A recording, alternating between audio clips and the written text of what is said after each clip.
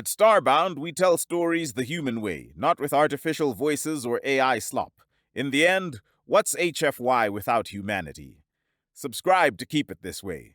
My name's Chikondi. Let's begin. Earth was perhaps the planet with the worst reputation in the entire galactic community. The blame for that lay not with the planet itself, nor with the aliens who had visited it, but with a single human who had once created a popular children's game, the Earth Simulator.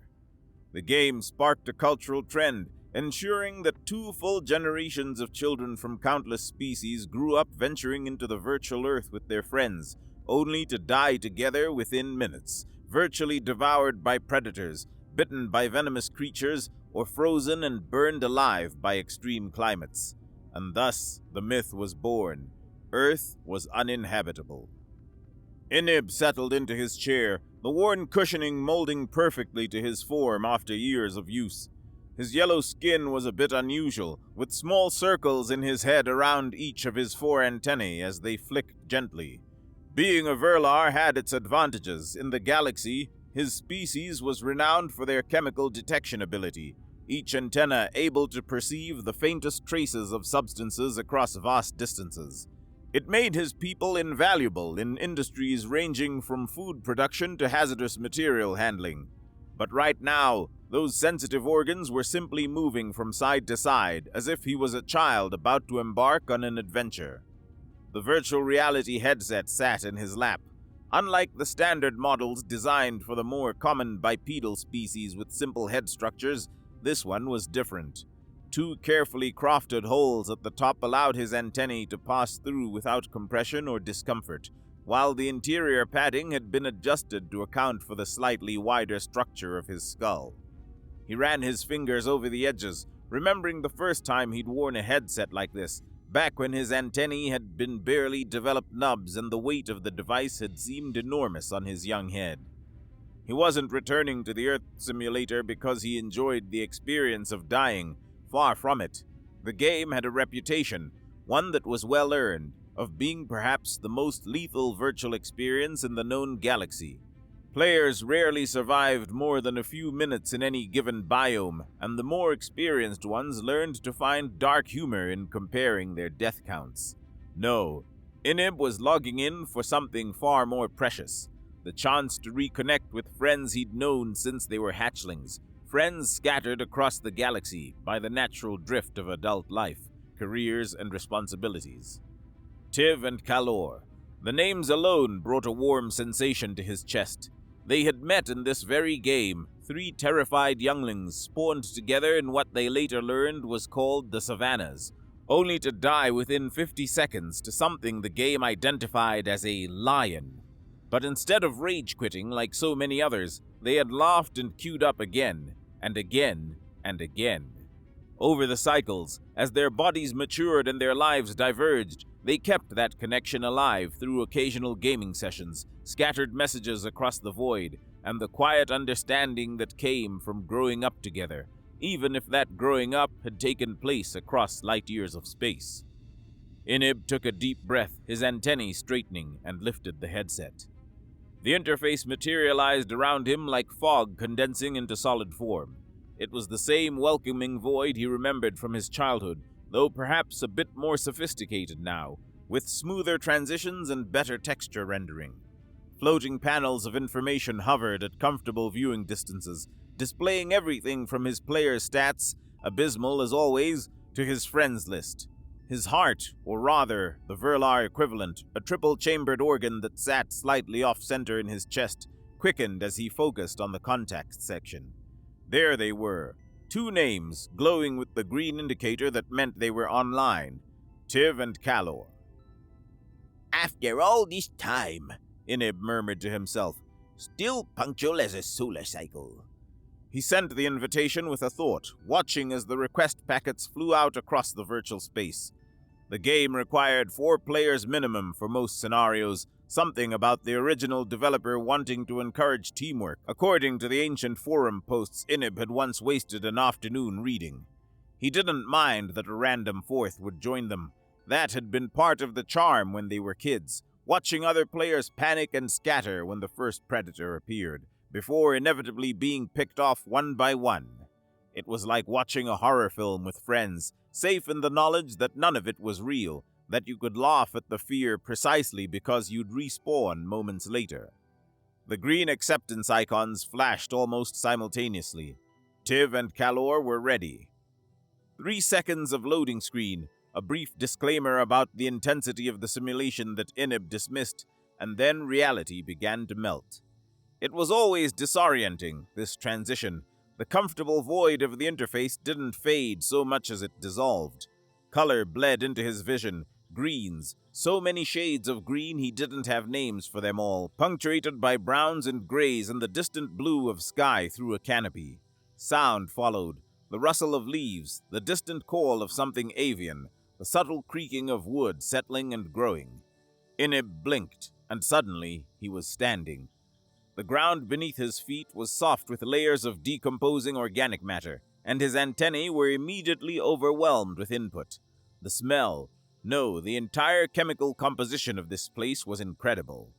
His eyes swept the clearing where they'd spawned, taking in the towering trees with their rough bark and the dappled sunlight filtering through leaves far overhead.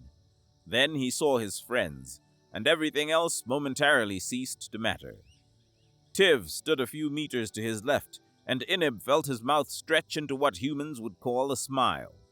The Corvesh hadn't changed at all since their last meeting, which had been, 2 cycles ago now?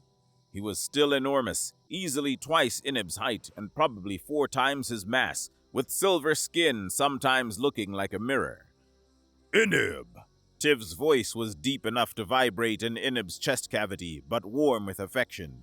Your antennae have gotten longer. And you are still pointing out the obvious, Inib shot back, but he was grinning as he said it. His attention shifted to Kalor, and here there were changes. The Aetherin had transformed considerably since their last meeting. His species, avian in their distant evolutionary past, though now fully bipedal and spacefaring, retained certain characteristics that marked their life stages. The most obvious was the crest of feathers that crowned their heads, shifting in color throughout their lives like a biological countdown to maturity and eventually old age. Kalor's crest had been a greenish teal the last time they'd met, marking him as a young adult still finding his way. Now, though, the feathers had deepened to a rich, vibrant blue, not quite the perfect azure of an Aetherin in their absolute prime, but close enough that Inib knew his friend had been thriving. Look at you, Inib said, gesturing at the crest. Going to be breaking hearts with that color. Kalor's feathers ruffled with what Inib recognized as pleasure. I could say the same about your antennae. You've been eating well. They were moving toward each other, about to perform the traditional Vorlar Aetherin greeting ritual, a complicated series of gestures that they'd invented themselves as kids and never quite abandoned, when all 3 of them became aware of their 4th party member at the same moment. The being standing a few meters away was unlike any species Inib had ever encountered, and that was strange. Truly strange. He'd been playing the Earth simulator since he was barely past his hatching phase, had encountered players from hundreds of different species, had learned to recognize the common ones at a glance, and could at least place the rarer ones into general biological categories. But this one? The stranger was bipedal, which wasn't unusual. Roughly Inib's height, perhaps slightly taller, which also wasn't remarkable. But the specific configuration was odd. The skin was a pale, peachy tan. The head was crowned with hair, not fur or feathers or sensory organs, but simple strands of keratin in a golden yellow color that fell in loose waves to just above the shoulders. The face was flat by Verlar standards, with forward-facing eyes that suggested a predatory evolutionary history, though the overall expression seemed friendly enough. "Hi there," the stranger said, and the translation device embedded in the game rendered the words perfectly into Inib's native language. "Glad I didn't end up in a group with a lot of alien kids. Always feel weird trying to coordinate with younglings who are just screaming the whole time." Inib exchanged a look with Tiv and Kalor. It was the kind of look that contained volumes, entire conversations compressed into a single moment of shared understanding. It said, "This is weird, right? You're seeing this too?" What do we do? Inib decided to take the direct approach. What species are you? He asked, keeping his tone polite but curious. I don't think I've ever seen your kind before. The stranger's expression shifted to something that might have been surprise. You are joking, right?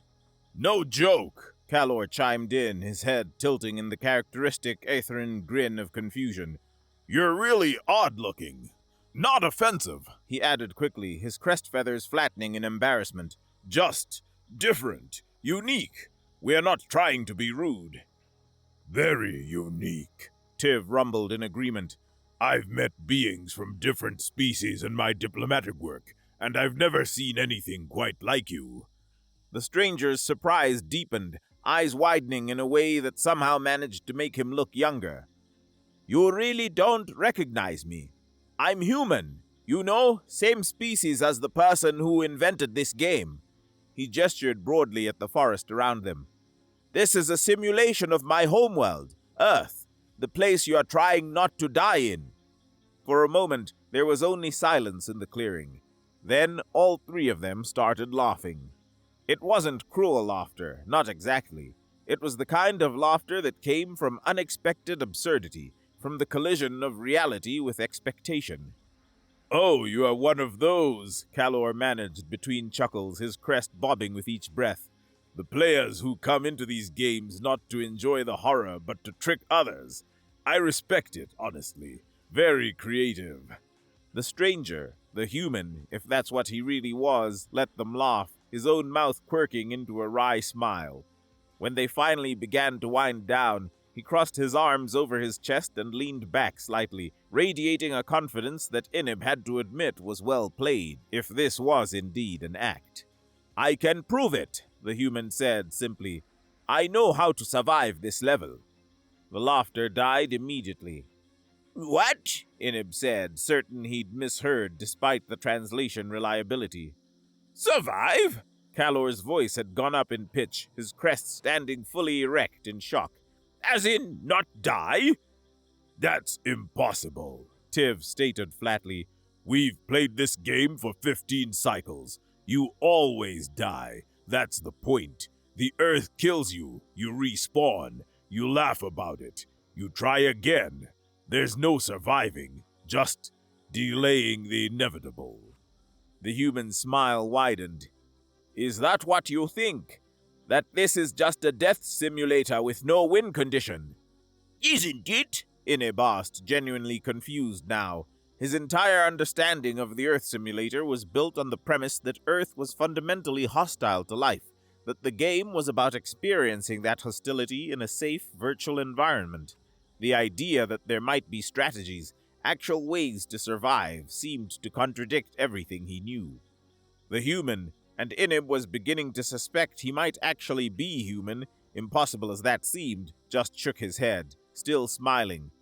Tell you what, my name's Noah. Follow me, and I'll prove it. I'll show you that you can survive on Earth. Inib looked at Tiv, then at Calor. They'd come here to hang out, to talk and joke and exchange stories about their lives while occasionally dying to virtual predators. This was not what they'd signed up for. But there was something in Noah's confidence, something in the casual way he stood in this forest that in their experience should be teeming with deadly creatures, that made Inib curious. He could see the same curiosity reflected in his friend's expressions. All right, Inib said finally. Lead the way, Noah. Show us this Earth that supposedly doesn't kill everything that walks on it. Noah's grin became positively radiant. Now we're talking. Stay close, try not to wander off, and whatever you do, if we encounter something, let me handle it first. Deal?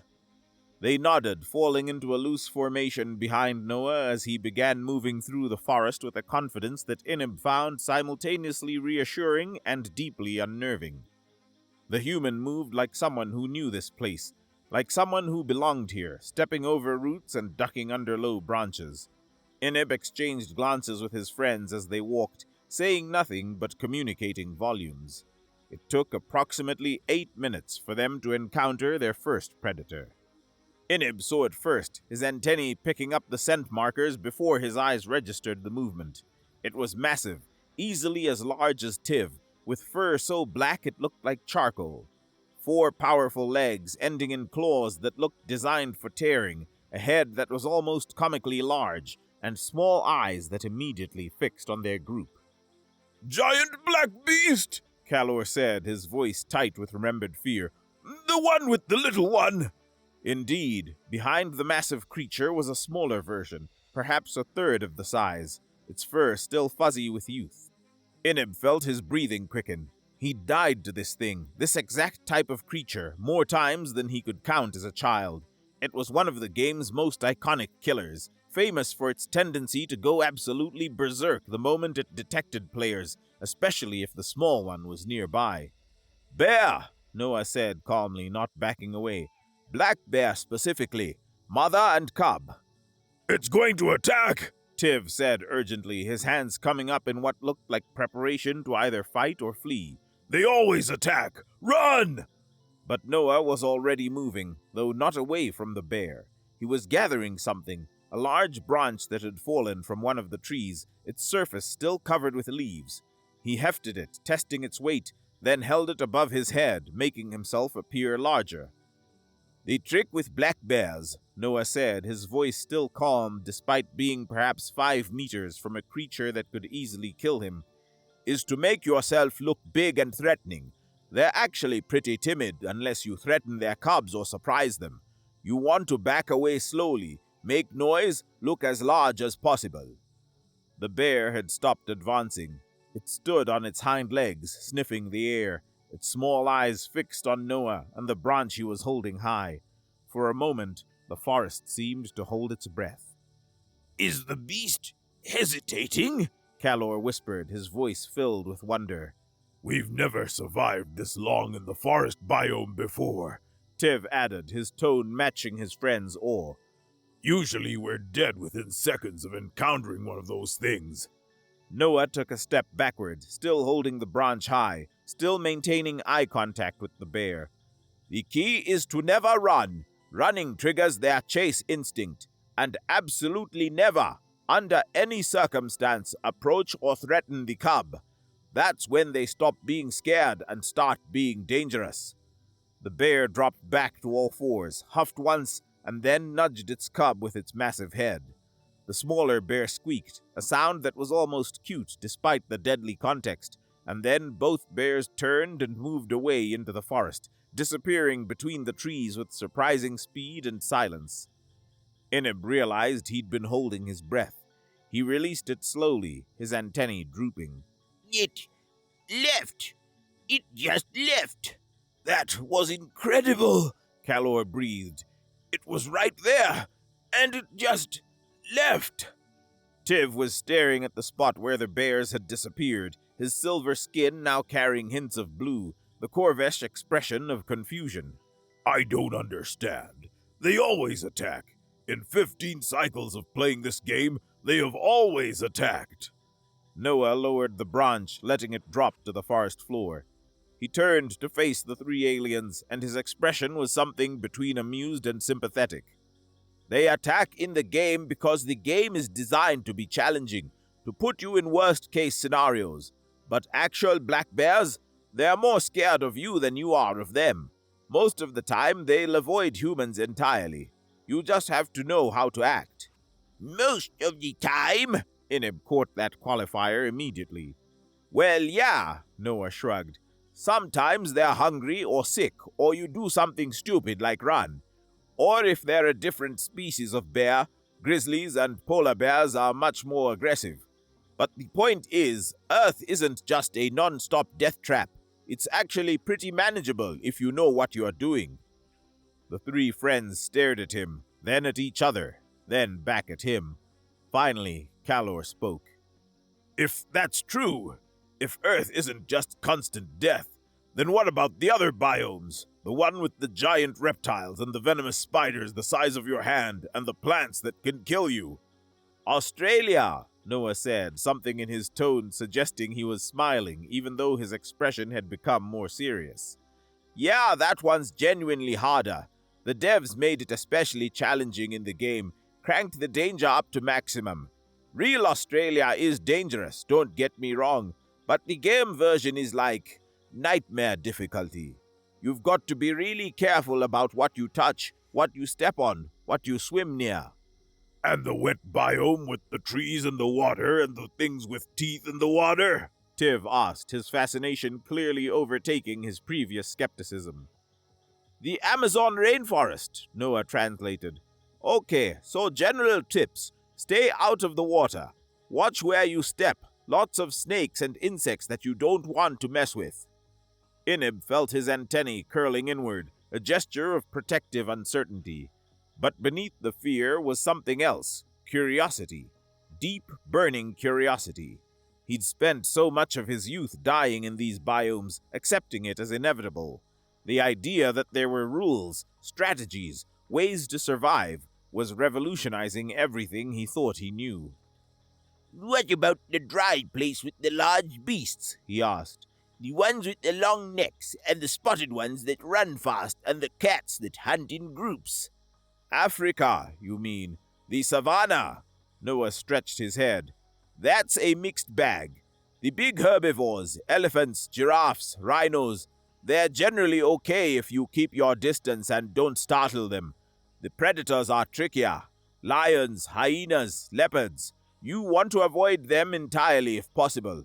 The game tends to spawn you right in the path of hunting parties, which isn't realistic.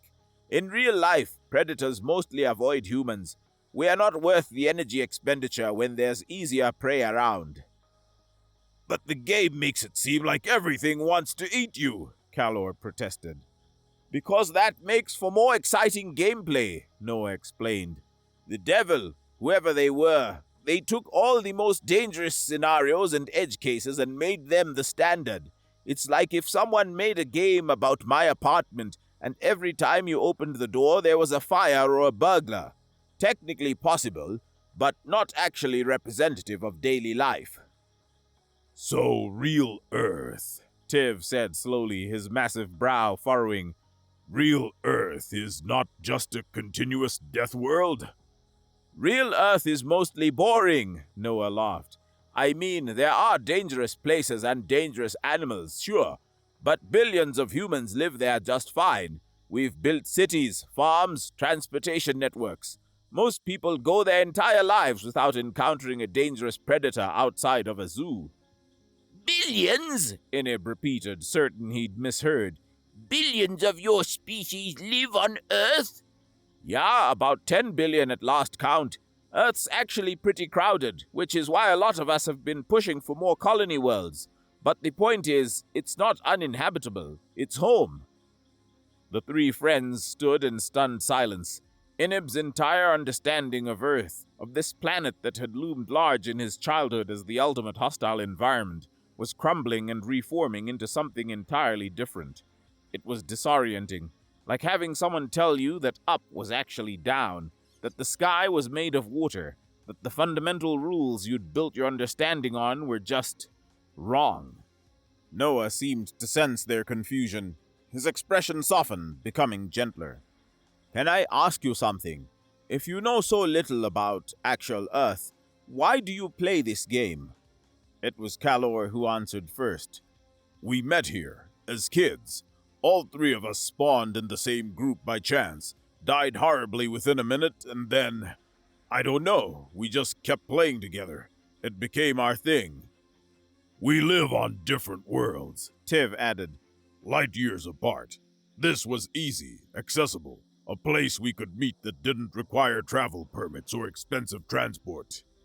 And you just stuck, Inib finished. We're not really playing to win or survive. We're playing to spend time together. The dying is just background noise, I guess. An excuse to laugh and talk. Noah's expression transformed into something warm, almost touched. That's actually kind of beautiful. Lasting friendships across species and distance. That's not as common as you'd think in the galactic community. Most beings stick to their own kind. You sound like you know from experience, Kalor observed. I do, Noah admitted. Humans are pretty social, But even we tend to cluster with our own kind. Making real connections across species barriers is hard. Different bodies, different communication styles, different cultural contexts. He paused, and then his face lit up with sudden enthusiasm. Hey, you know what? You three should come visit Earth, like actual Earth, in person. The suggestion hung in the air like a suspended note, almost physical in its unexpectedness. Visit Earth? Inib repeated slowly. Yeah, think about it. You've spent all this time in a simulation of my homeworld, dying over and over in scenarios that aren't even realistic. Why not see the real thing? I could be your guide, show you around, prove to you that it's not actually a death trap. Noah's enthusiasm was building, his words coming faster. When was the last time you three actually met in person? Not in VR, but actually physically in the same space. Another exchange of glances between the three friends. This one was longer, more complex. Never, Tiv admitted. we've never physically met. Always through the game or through communication systems, but never in person. Then this is perfect! Noah was practically bouncing now, a display of physical enthusiasm that seemed very human. You come to Earth, get to meet each other for the first time, see that my planet isn't actually trying to kill everyone, and I get to host the coolest cross-species friendship meetup ever. It's win-win-win! Inib looked at his friends. Tiv's silver skin had taken on golden undertones, hope in Corvish color language. Kalor's crest was fully raised and vibrating, and his own antennae were practically dancing with the rush of possibility. Even before word had been exchanged about it, Inib knew they would accept. They had to.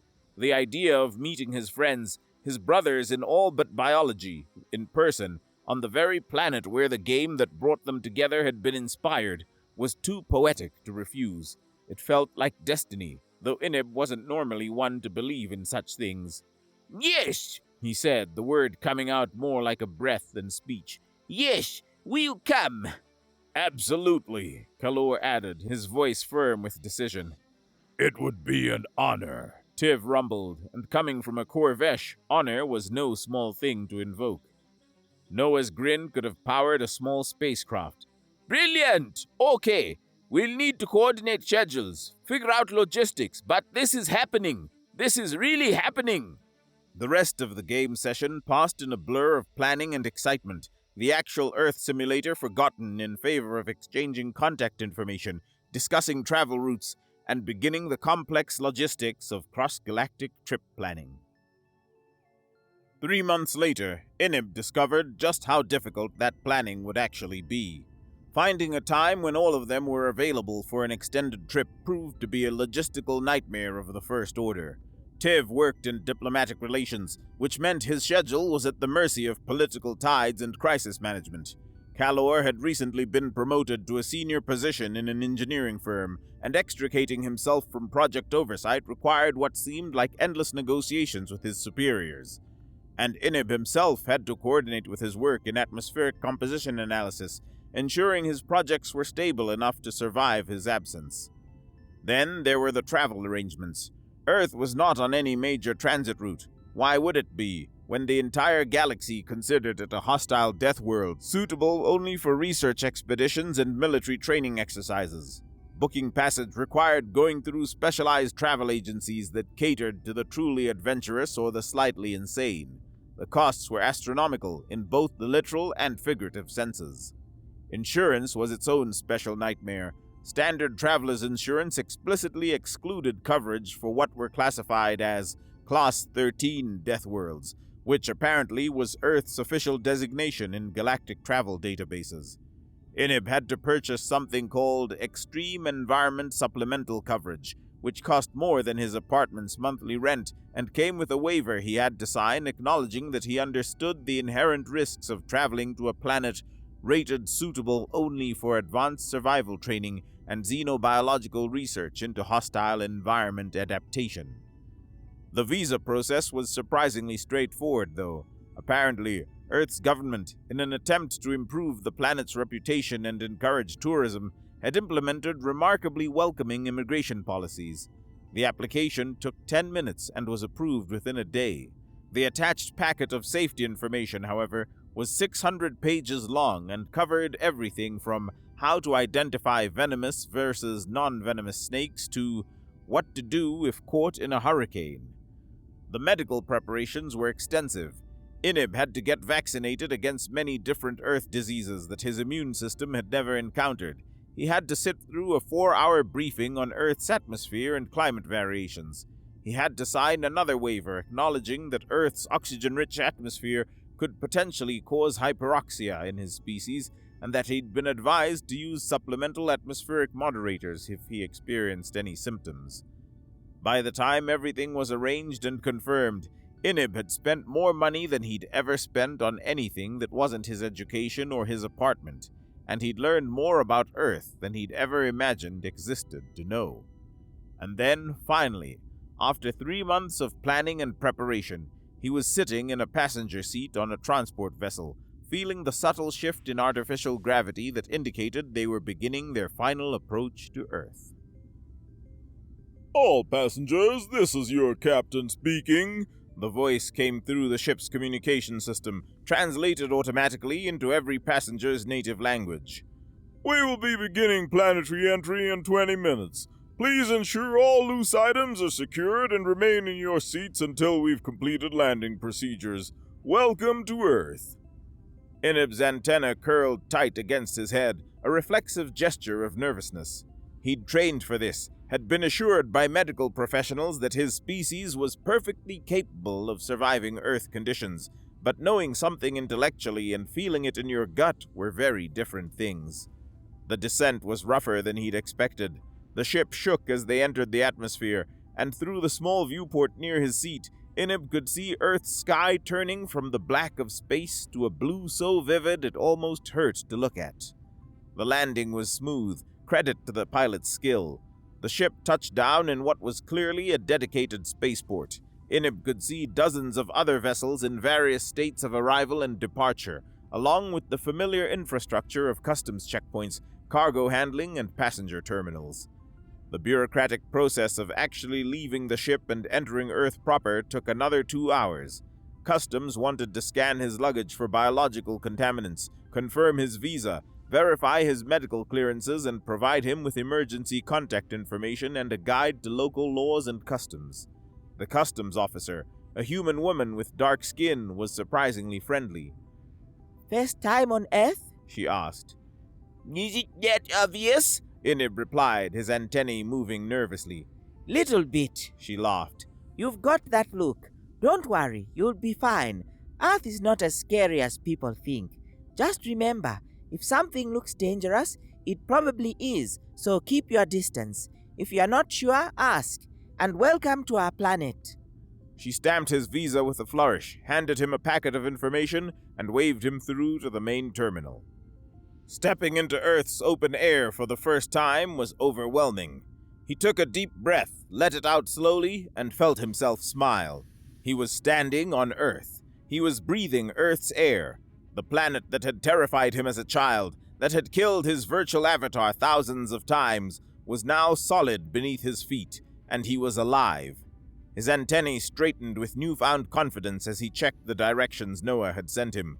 The meeting spot was within walking distance of the spaceport, a deliberate choice, Noah had explained, so they wouldn't have to immediately navigate Earth's transportation systems. Inib followed the signs, joining the flow of beings moving through the plaza.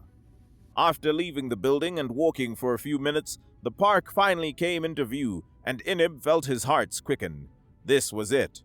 After all these years, after countless cycles of knowing Tiv and Kalor only through screens and virtual worlds, he was about to meet them in person. He spotted Tiv first. How could he not? Even in a diverse crowd, the Corvesh stood out, his massive silver frame towering over everyone nearby.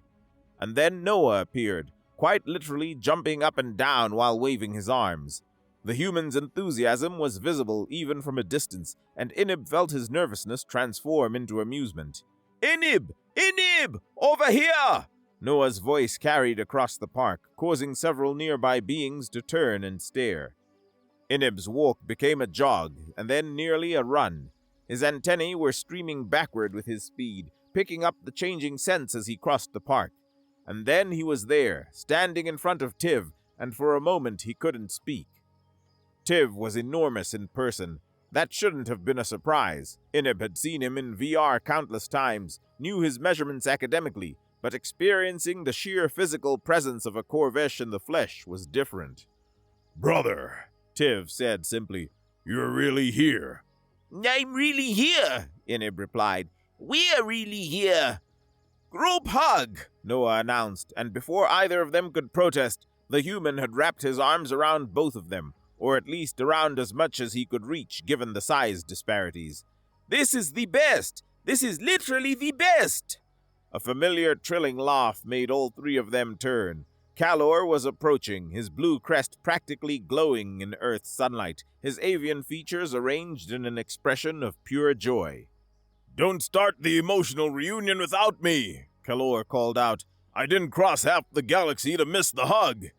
There was another hug, and then all four of them stood together, not as avatars or holographic projections, but as actual physical beings sharing the same space. Noah was the first to break it, naturally. Okay, I don't want to interrupt this beautiful moment, but I have planned the best Earth introduction experience, and we should get started before the restaurants get too crowded. That night, Noah introduced them to human food culture with the enthusiasm of someone conducting a religious conversion. They visited 3 different restaurants, an Italian place where Inib discovered that pasta was possibly the greatest human invention, a sushi restaurant where they learned that humans ate raw fish and somehow that was normal, and a steakhouse where Tiv's species' carnivorous nature finally found a worthy match in Earth's cooking techniques. Between courses, between restaurants, they walked through the city streets. Noah pointed out ordinary things, humans walking dogs, children playing in parks, couples sitting in cafes, and somehow made them seem remarkable. See, he kept saying, normal life, no death, no predators, just existence. They visited bars, places where humans gathered to socialize and consume mild intoxicants. Noah ordered drinks that were supposedly beginner-friendly for alien metabolisms, and while Inib couldn't say whether the alcohol affected him the same way it did humans, the atmosphere was intoxicating in its own way. They talked about their lives, their work, their hopes and fears, the kind of deep conversations that only happen when you're a little tipsy, surrounded by lifelong friends and accompanied by one human whose company you've come to genuinely enjoy. The next day brought the zoo. Inib had been skeptical about this plan. A zoo, Noah had explained, was where humans kept animals in controlled environments for education and conservation. The idea of seeing Earth's deadly predators in person, even behind bars, had seemed either unnecessary or courting disaster. But walking through the exhibits, Inib began to understand what Noah had been trying to show them. They stood in front of the bear enclosure, not the black bears from the game, but grizzly bears, the larger, more dangerous cousins Noah had mentioned, and watched as the massive creatures lounged in the sun, occasionally lumbering over to their pool for a swim. They were deadly, yes. Inib could see the power in their movements, the potential for violence in every muscle, but they were also just living, existing, not actively hunting, not in a constant state of murderous rage, just being bears. This is what I wanted you to see, Noah said quietly, standing beside Inib as they watched a particularly large bear roll onto its back in the water, looking absurdly relaxed. Earth isn't trying to kill you. Its animals aren't evil or malicious. They're just trying to survive, same as anything else. They hunt because they are hungry. They defend their territory because they need space.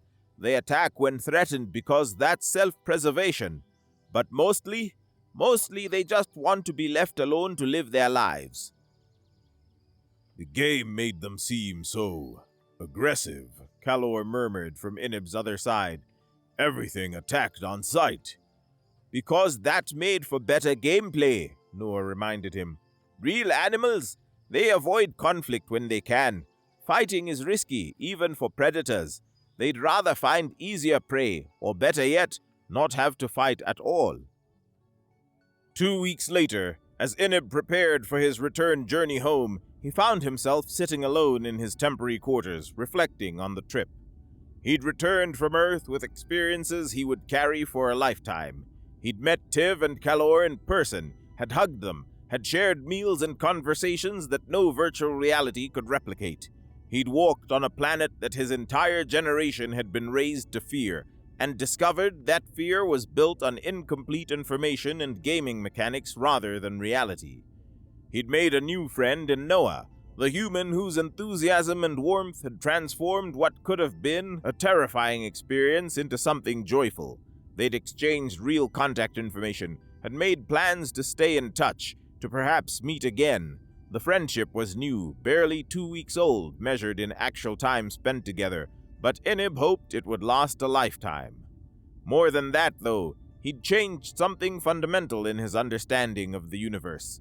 Earth wasn't uninhabitable. It was just different. Wilder, less controlled, more chaotic than the carefully managed worlds most galactic civilizations preferred. But different wasn't the same as deadly. He'd thought about the myth and concluded Earth wasn't uninhabitable. It had just been misunderstood.